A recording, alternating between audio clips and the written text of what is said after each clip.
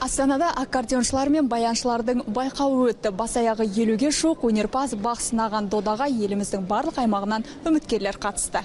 Алтын аккордеон осымен екінші рет ұйымдастырылған байқау осылай аталды. Жарыс 3 түрлі санатта өтті. Үміткерлердің ең жасы 7-де болса, ең үлкені жоғары оқу орнының студенттері. Дәстүрлі доданың биылғы ерекшелігі де өзгеше. Сайыс ашық өтті, себебі біз қатысушылар сахнада өнер көрсетіп болғаннан кейін бірден балдық баға бердік дейді Қазылар алқасының мүшесі.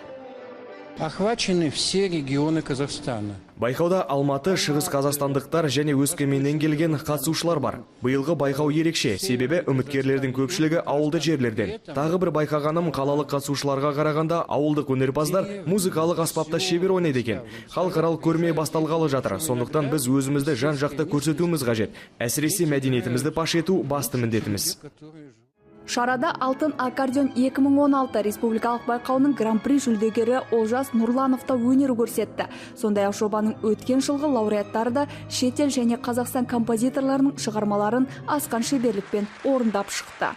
В прошлом году, конечно, для нас это... Өткен жылы бізге бұл байқау біраз тәжірибе болды. Тамир Султанов секілді тіс қаққан музыканттармен бірлесіп жұмыс жасадық. Концертте жыл сайын осы мезгілді дәстүрлі өтетін болды. Әр кешке әртүрлі өң беріп, алға қарай қарыштап жатырмыз деуге толық негіз бар.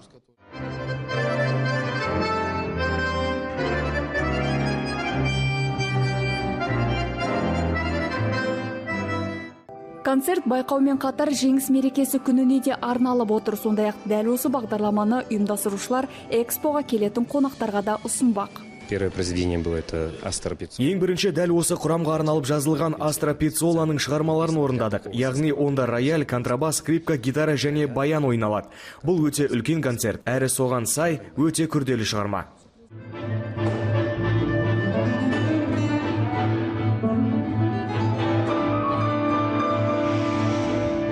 Бүгін біз Аллегра аккордеонистер мен баянистер ансамблімен осы концертті жабамыз.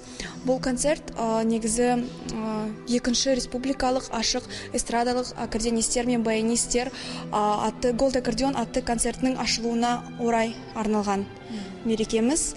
Біздің осы Қазақстандағы бүкіл баянистер мен аккордеонистердің мерекесі деп санасақ та болады.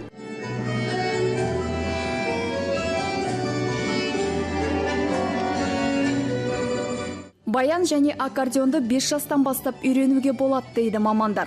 Ол үшін арнайы оқу бағдарламасы түзілген. Музыкалық аспапта ойнаудың оңай тәсілдері де бар екен. Сондықтан ынтасы бар бала 10 күнде алғашқы шығарманы еркін орындай алады. Және бұл аспаптарды жедел меңгерудің әдістері де қарастырылыпты. Кез келген жаста үйренуге мүмкіндік бар. Оценки выставлялись сразу же после... Биылғы байқаудың ерекшелігі сол, еліміздің түпкір-түпкірінен қатысушылар келді. Әсіресе ауылдық жерлердегі үміткерлердің қарасы қалың. Байқауда бағын сынағандар шамамен 7-8 ауданнан келген. Олар Тараз, Көкшетау, Қарағанды. Міне осы аймақтарда белсенділік бар екен.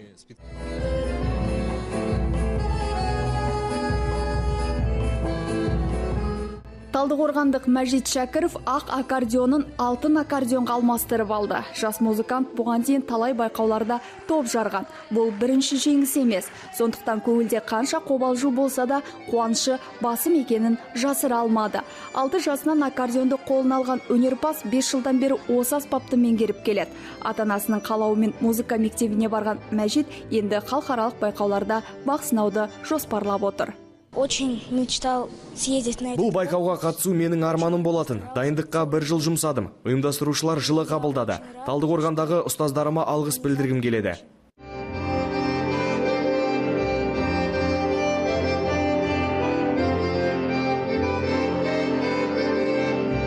Сайыста үміткерлерге еркіндік берілді. Олар музыкалық аспапта шебер ойнайтындықтарын дәлелдеп қана қоймай, Қазылар алқасына танго вальс билерін де ұсынды. Бастысы байқау эстрадалық бағытта өрбіді. Камила Мәулен, мәдениетке саяхат, Астана.